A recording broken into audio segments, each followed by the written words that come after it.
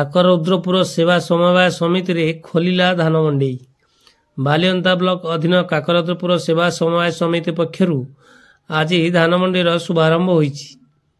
ଏହି ଅବସରରେ ଖୋର୍ଦ୍ଧା ଜିଲ୍ଲା ଡିଆରସିଏସ୍ ଅଳକା ଜେନା, ଭୁବନେଶ୍ୱର ମଣ୍ଡଳର ବରିଷ୍ଠ ସହକାରୀ ନିବନ୍ଧକ ଅନିମା ବେହେରା, ସହକାରୀ ଉପନିବନ୍ଧକ ଅମୀୟ ଖୁଣ୍ଟିଆ, ପ୍ରକାଶ ସେଠୀଙ୍କ ସମେତ ଖୋର୍ଦ୍ଧା କେନ୍ଦ୍ର ସମବାୟ ବ୍ୟାଙ୍କ ପରିଚାଳନା ପରିଷଦ ସଦସ୍ୟ ବିପିନ ପାତ୍ର, ସମିତି ସଭାପତି ନୀଳକଣ୍ଠ ପଣ୍ଡା, କାକରରୁଦ୍ରପୁର ସରପଞ୍ଚ ସସ୍ମିତା ମଲ୍ଲିକ ପ୍ରମୁଖ ସମ୍ମାନିତ ଅତିଥି ଭାବେ ଯୋଗଦେଇ ମଣ୍ଡିର ଶୁଭାରମ୍ଭ କରିଥିଲେ।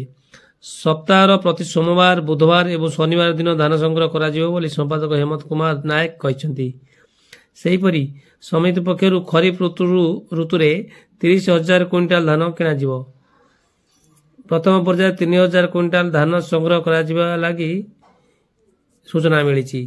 ପାରିବାସୀ ଦେଈପୁର ସ୍ଥିତ ସାନ୍ତୋଲିଆ ରାଇସ୍ ମିଲ୍ ଧାନ କିଣିବ। ଏଫିକ୍ୟୁ ମାନର ନିର୍ଦ୍ଧାରିତ ସରକାରୀ ମୂଲ୍ୟ 2300 ଟଙ୍କା ଏବଂ ମଣ୍ଡିରେ ଚାଷୀ ଧାନ ବିକ୍ରି କରିବାର 48 ଘଣ୍ଟା ମଧ୍ୟରେ ବାକି 800 ବୋନସ ଟଙ୍କା ଚାଷୀ ଆକାଉଣ୍ଟକୁ ଆସିବ ବୋଲି ସମିତି ପକ୍ଷରୁ ସୂଚନା ମିଳିଛି।